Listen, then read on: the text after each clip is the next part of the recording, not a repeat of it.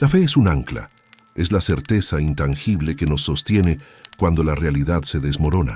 Pero, ¿qué sucede cuando la propia institución encargada de defender esa fe revela que el ancla está atada, no al cielo, sino a una profundidad que la humanidad ha olvidado? Mi nombre no importa. Lo que importa es que pasé 15 años sirviendo en el corazón de la Iglesia, el Vaticano. Fui educado en la teología más estricta, preparado para enfrentar el mal en nombre de la luz. Estaba listo para el exorcismo, para la confesión, para la gracia. No estaba listo para la verdad del equilibrio. La sinopsis de mi caída es sencilla. Una noche, fui convocado a un nivel subterráneo que no aparece en ningún mapa oficial. Se me informó que debía participar en un ritual ancestral y necesario. Las reglas eran claras, y cada una de ellas era una blasfemia contra todo lo que yo creía.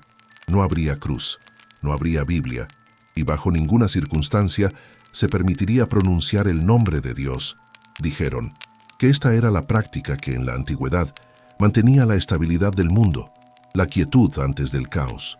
Nunca entendí el peso de esa palabra, equilibrio, hasta que entré en esa cámara y sentí el frío que no provenía de la piedra, sino de algo infinitamente más vasto y vacío. Cuando comenzamos el canto, me di cuenta de que no estábamos pidiendo protección, estábamos pagando una cuota. No estábamos elevando una oración, estábamos ofreciendo un tributo a una fuerza que solo respondía en el silencio absoluto y que no conocía la misericordia. El horror de esa noche no fue la manifestación de un demonio, sino el reconocimiento de que la estructura moral de la civilización se basa en un pacto secreto, sellado no con la luz, sino con la sombra eterna. Fue la revelación de que el mayor secreto de la Iglesia no es la existencia del infierno, sino quién es el verdadero arquitecto de la tregua. Este conocimiento me ha condenado. Antes de continuar, me gustaría saber, ¿alguna vez han sentido que su fe más profunda se quiebra por una verdad que prefieren ignorar? Déjenme su historia en los comentarios. La convocatoria llegó 3 días después de la Cuaresma. Estaba en mi celda, revisando antiguos textos latinos sobre la Teodicea, cuando un mensajero con el hábito negro inusual, sin insignias, golpeó. Su rostro era inexpresivo, como si la emoción hubiera sido extraída de él hace décadas. Me entregó un pergamino enrollado, sellado con cera negra, sin ningún emblema papal o cardenalicio. Al desenrollarlo solo encontré 3 palabras escritas en un griego arcaico. Equilibrio es necesario. No había firma, no había explicación. La hora era medianoche. El lugar, el subsuelo más profundo de los archivos secretos. Descendí solo. La escalera era de basalto y olía a humedad mineral y a algo más, algo metálico y frío, como un matadero antiguo. Después de bajar lo que parecieron 10 tramos, llegué a un corredor de piedra sin iluminación eléctrica, solo antorchas, dispuestas en nichos tallados, proyectando sombras largas y deformes. Al final del pasillo, 3 obispos de alto rango me esperaban. Sus rostros, normalmente llenos de dignidad y pompa, estaban tensos, casi esqueléticos bajo la luz vacilante. Nunca los había visto vestidos así. Túnicas de lino gris sin ornamentos, desprovistas de cualquier simbología cristiana. Parecían más figuras de un culto prerromano que dignatarios de la Iglesia Católica. El más anciano, el cardenal Volterra, me tomó del brazo. Su agarre era sorprendentemente fuerte. «Padre», susurró con voz seca y áspera, «esta noche usted no es un siervo de Dios. Es un componente del silencio. Su obediencia debe ser total. Su fe, irrelevante». Me condujo a través de una puerta de hierro macizo, oculta detrás de un tapiz mohoso. La cámara era circular, inmensa, y su aire era tan pesado que cada respiración dolía. En el centro no había altar, sino una gran losa de obsidiana pulida. Lo primero que noté fue la ausencia. Crucifijos no había en las paredes. No había imágenes de la Virgen o de los santos, solo runas grabadas en la piedra que no reconocí de ningún texto litúrgico o demonológico que hubiera estudiado. Parecían más bien diagramas cosmológicos, líneas que conectaban puntos de vacío. Volterra me explicó las reglas con una calma escalofriante, como quien da instrucciones para una tarea administrativa. No llevamos símbolos de la luz aquí, comenzó, señalando mi cuello, donde normalmente colgaba mi cruz. Tampoco invocaremos el nombre divino. Aquí él no tiene jurisdicción. Lo que vamos a contactar no responde a la oración, sino a la transacción. Es la fuerza anterior a la ley, la que acepta el tributo para asegurar la continuidad de la forma. Nuestra tarea es ofrecer el pago para mantener el equilibrio y evitar la irrupción del caos completo. Silencio total, padre. Solo responderá al canto prescrito. Mi mente gritaba traición. Quería salir corriendo, denunciar la blasfemia, pero al mirar los ojos de los cardenales, vi un miedo tan profundo y antiguo que supe que ellos no estaban eligiendo esto. Estaban cumpliendo una obligación heredada, un horrible secreto fundacional que mantenía las paredes del cielo en su lugar.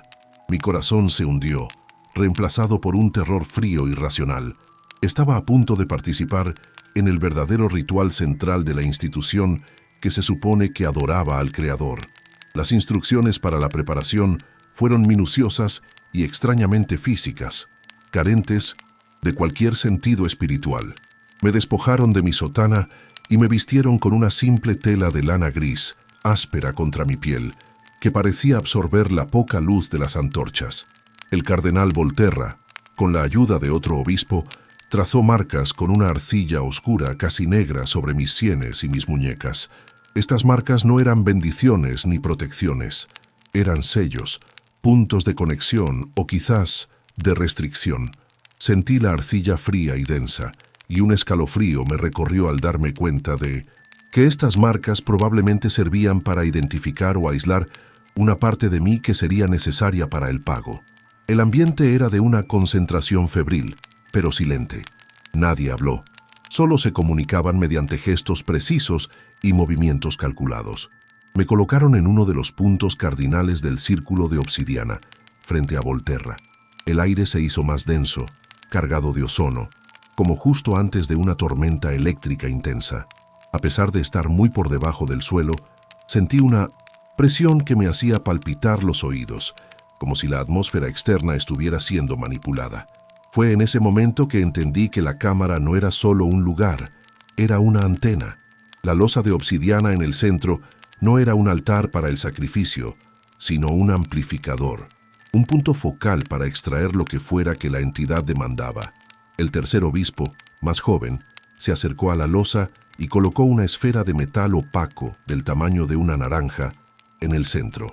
La esfera no brillaba, pero parecía absorber la luz a su alrededor, creando una mancha de oscuridad absoluta. «Esta es la cuenta», me susurró el cardenal Volterra, sin mirarme, con los ojos fijos en la esfera.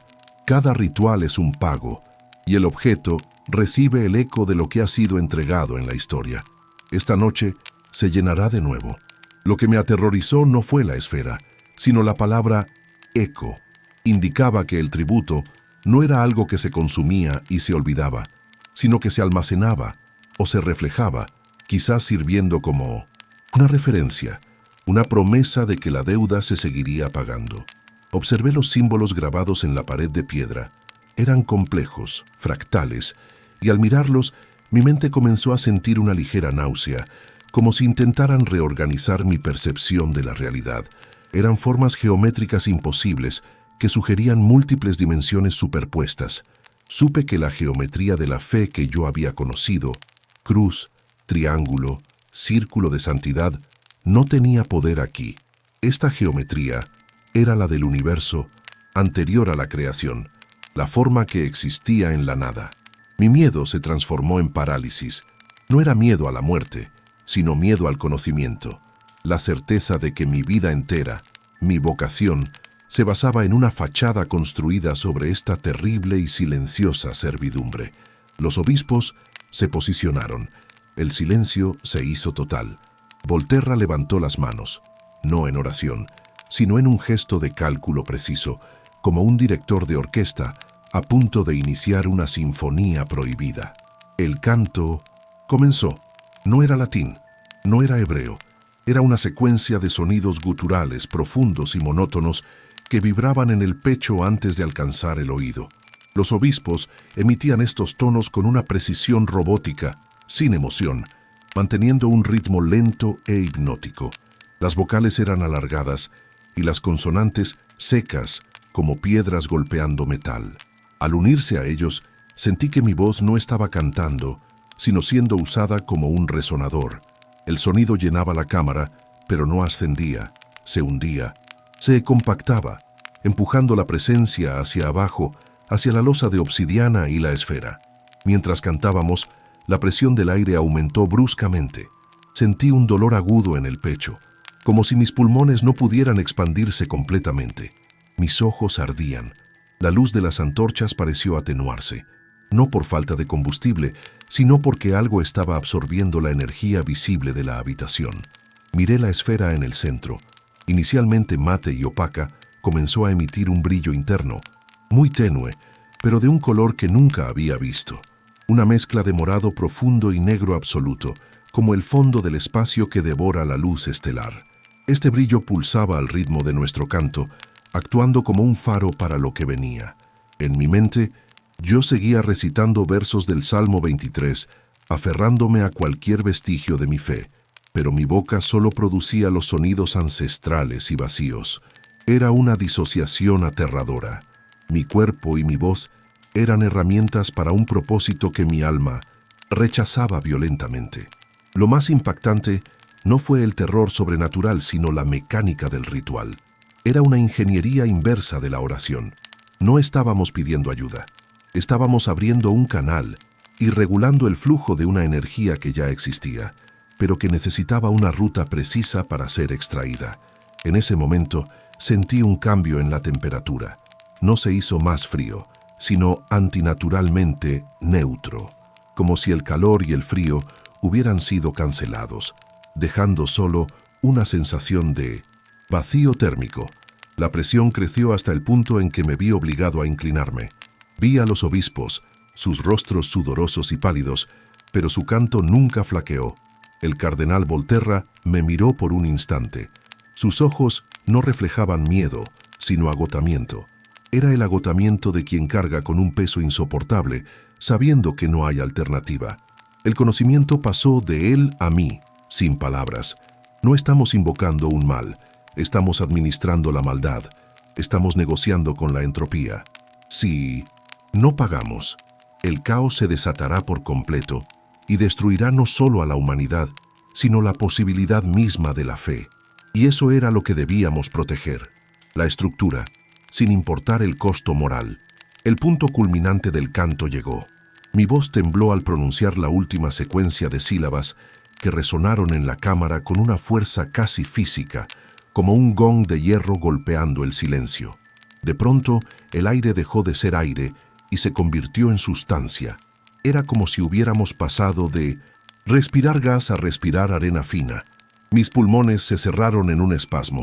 La luz en el centro de la esfera se intensificó y por un instante se proyectó una sombra en el techo y las paredes que no provenía de las antorchas. La sombra era inmensa, amorfa, pero con una sensación de peso y densidad que desafiaba la física. Era la sombra de algo que no tenía forma discernible en nuestra dimensión. Sentí que la presencia había llegado. No hizo ruido, no hubo rugido demoníaco, ni risa. Solo un silencio abrumador, tan profundo que sentí que había perdido la audición. Fue un silencio activo, que borraba todo sonido, toda vibración, incluso el latido de mi propio corazón. Mi terror se disparó porque entendí que la entidad no necesitaba manifestarse con fuegos artificiales. Su mera presencia era una negación de la realidad. El cuerpo me empezó a doler. No era un dolor muscular o nervioso, sino un dolor en la médula, en la raíz misma de mi existencia.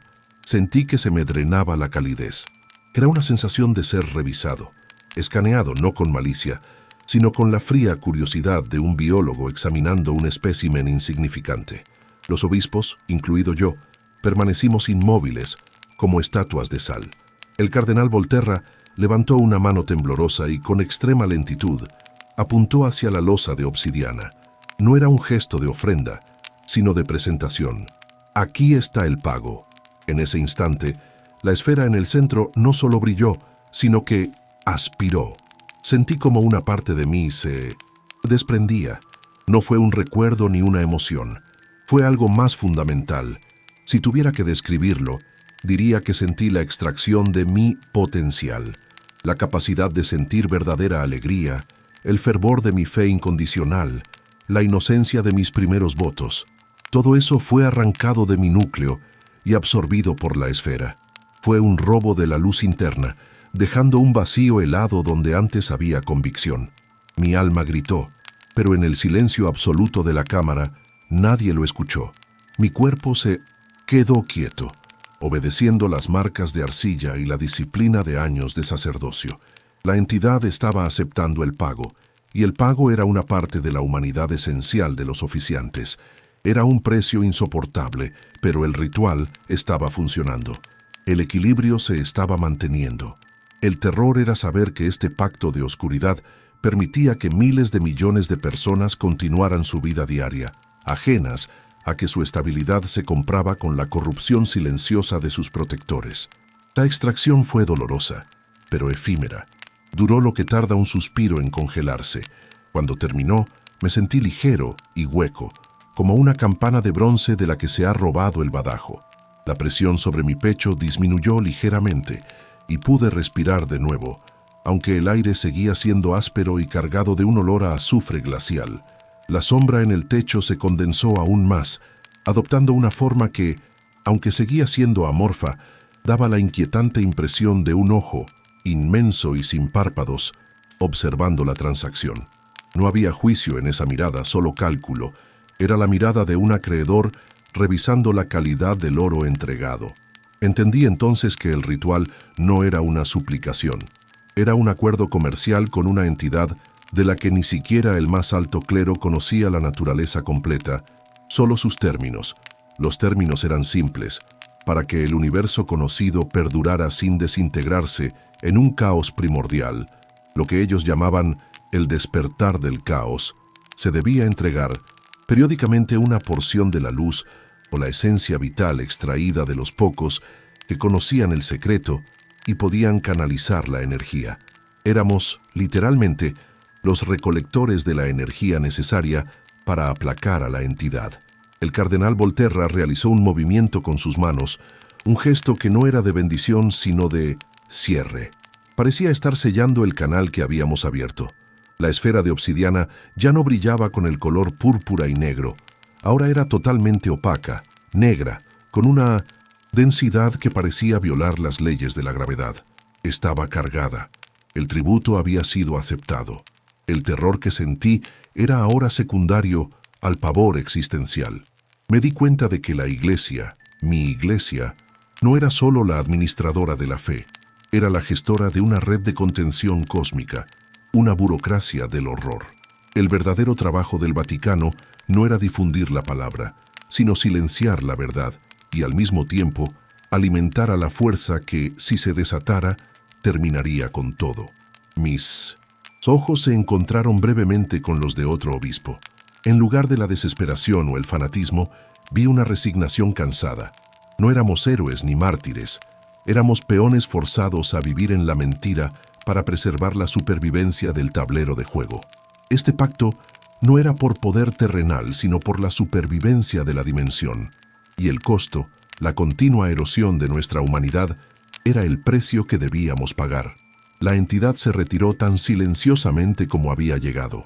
La sombra se disipó. El aire comenzó a aligerarse, volviendo a una normalidad fría y subterránea. El silencio, sin embargo, permaneció. Sabíamos que, aunque la presencia física había desaparecido, la conexión seguía ahí. El cardenal Volterra recogió la esfera cargada. Sus dedos temblaban no por debilidad, sino por el esfuerzo monumental de mantener la compostura. El objeto pesaba sorprendentemente, no físicamente, sino con una densidad que parecía arrastrar la luz. Lo envolvió en un paño de terciopelo y lo guardó en una caja de cedro forrada de plomo. Este objeto, me di cuenta, era el registro de nuestro pecado, el testimonio de la deuda. La idea de que esto no era un evento singular, sino una práctica recurrente a lo largo de los siglos, me heló la sangre. ¿Cuántos sacerdotes habían sido vaciados de su luz para mantener el equilibrio? ¿Cuántos de los grandes hombres de la Iglesia habían vivido la mentira después de participar en esto? Volterra se volvió hacia mí y por primera vez habló con voz apenas audible, rompiendo el silencio ritual. Padre, usted ha visto la maquinaria. No es para que la entienda, es para que la sirva. La fe que predicamos es un consuelo necesario para el rebaño, una cerca para que no miren hacia el abismo que nosotros contenemos. Pero el verdadero sacerdocio es este, el pacto silencioso. Me obligó a ponerme de rodillas frente a la losa de obsidiana. La piedra estaba fría y pulida, y al tocarla sentí un eco débil, una resonancia de la energía extraída. Usted jurará sobre la losa del silencio. No jurará por Dios, porque esta deuda es anterior a Él. Jurará por el equilibrio. La blasfemia era total, y mi voluntad quebrada. El vacío que sentía en mi pecho me impedía resistir. Yo ya no era el sacerdote fervoroso que había descendido.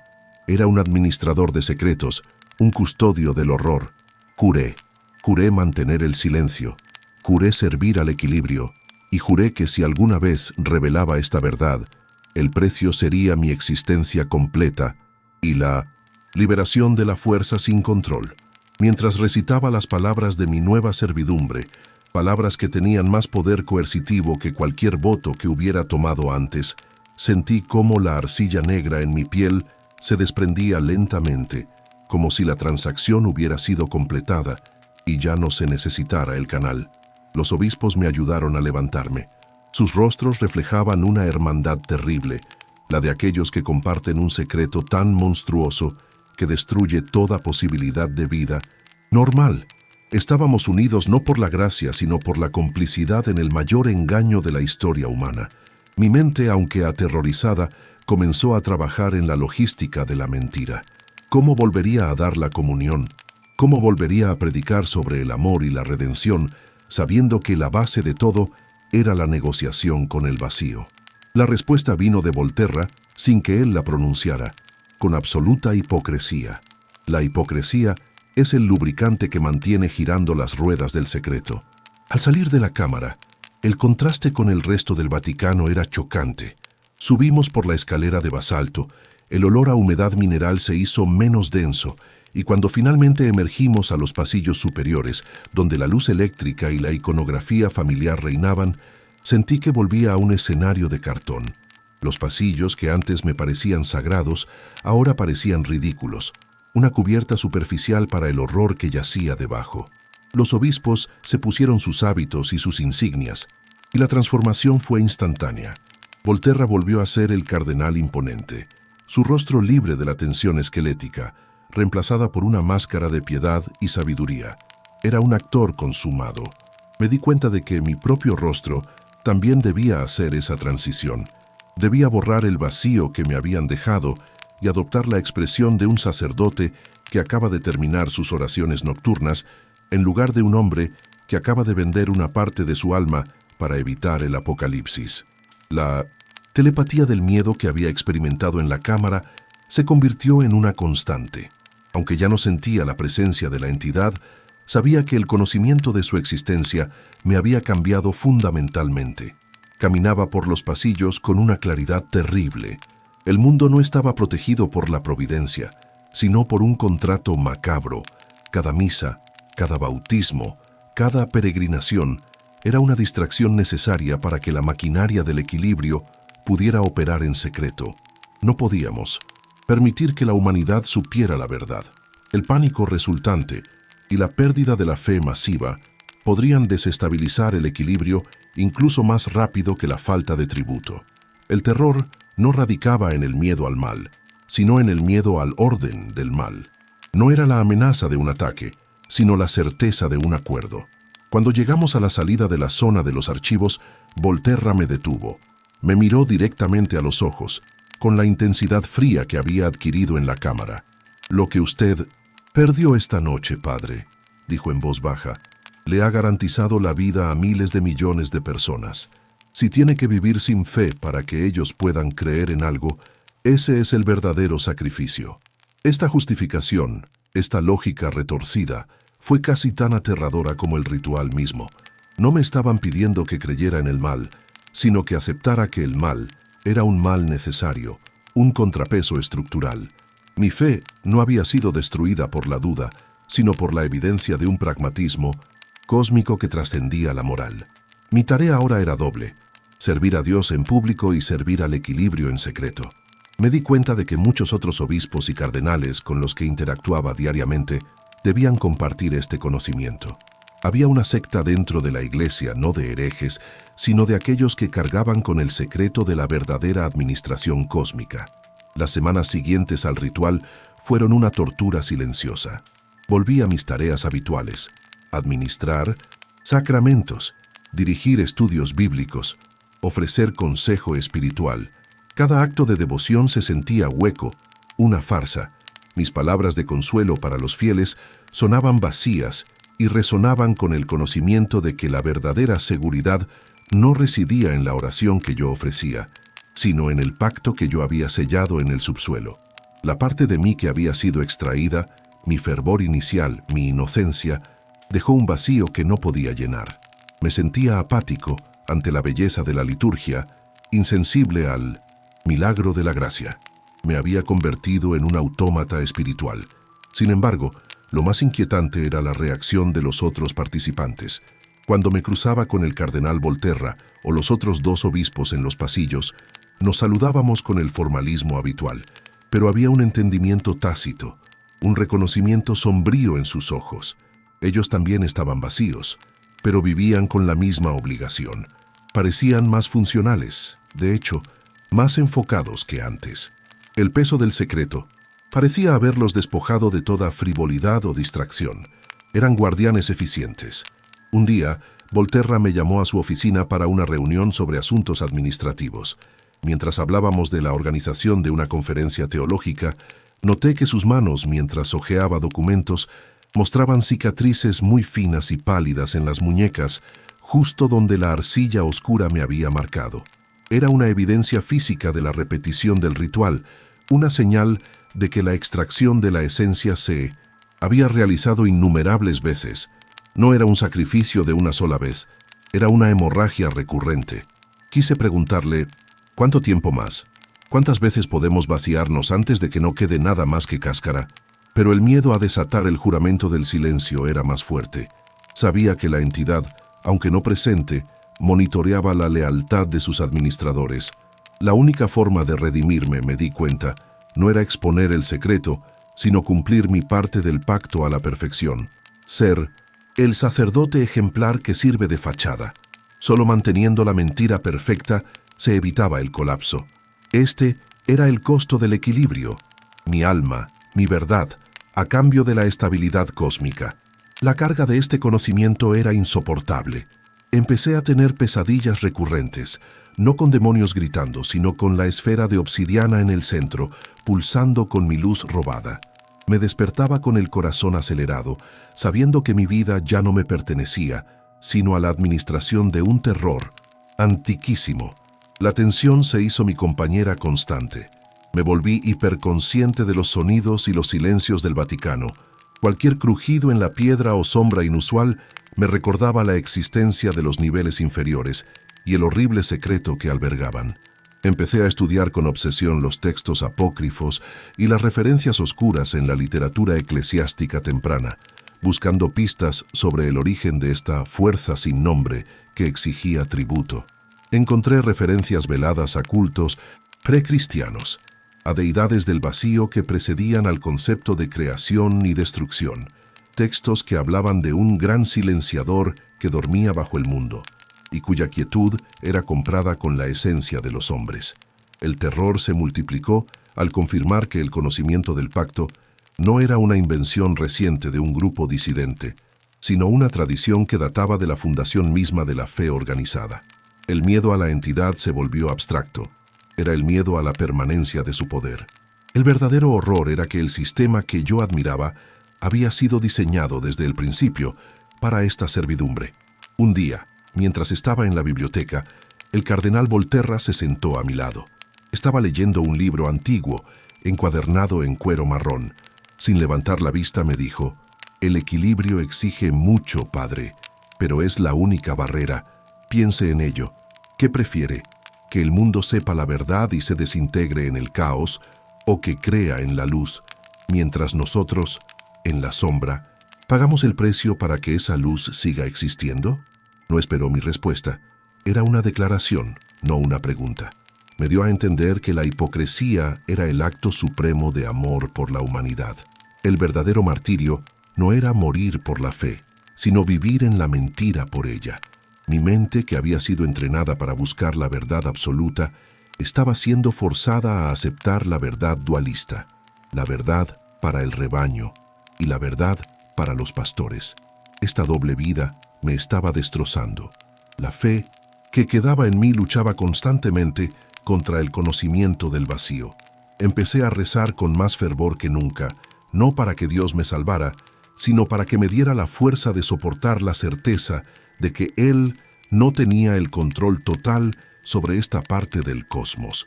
Las antorchas se encendieron. Era el anochecer. Me fui de la biblioteca con una misión reforzada: encontrar una manera de romper el ciclo, no mediante la denuncia, sino mediante la comprensión total del enemigo. Mi única esperanza era que el conocimiento fuera más poderoso que la servidumbre, pero la voz silenciosa en mi mente, un eco de la entidad, me recordaba constantemente la esterilidad de mis esfuerzos. El ciclo de terror se cerró un mes después. Fui convocado de nuevo a la cámara subterránea, esta vez para una simple tarea de mantenimiento. Volterra me explicó que las runas en la pared necesitaban ser reactivadas, con una solución especial cada cierto tiempo. Era una tarea de limpieza y sellado. Bajé con una mezcla, viscosa y aceitosa, cuyo olor me revolvió el estómago. Era una combinación de mirra rancia, metales disueltos y, sospeché, sangre secada. Mientras me arrodillaba y aplicaba el ungüento sobre los diagramas, sentí la vibración de la piedra. Estaba viva con el poder del pacto. Al frotar la solución sobre las intrincadas líneas, mi mano rozó el centro de uno de los símbolos. En ese momento no hubo sombra ni extracción, sino una clara impresión mental, un pensamiento que no era mío. La entidad me mostró por un microsegundo lo que sucedería si el equilibrio se rompiera. No fue la imagen del fuego o el azufre, sino algo mucho peor: la disolución total. Vi el universo deshilacharse como una tela vieja, las estrellas apagándose no por falta de combustible, sino por la anulación de las leyes de la física. Vi el tiempo invertirse y el espacio colapsar, no en una explosión, sino en un suspiro de olvido. Fue la visión del caos primordial, la anticreación, y fue tan completo, tan indiferente a la existencia, que mi terror se transformó en una aceptación helada. El pacto era horrendo, pero la alternativa era el cero absoluto. Esta visión fue el final de mi resistencia. Comprendí que no había un bien o un mal en el sentido humano.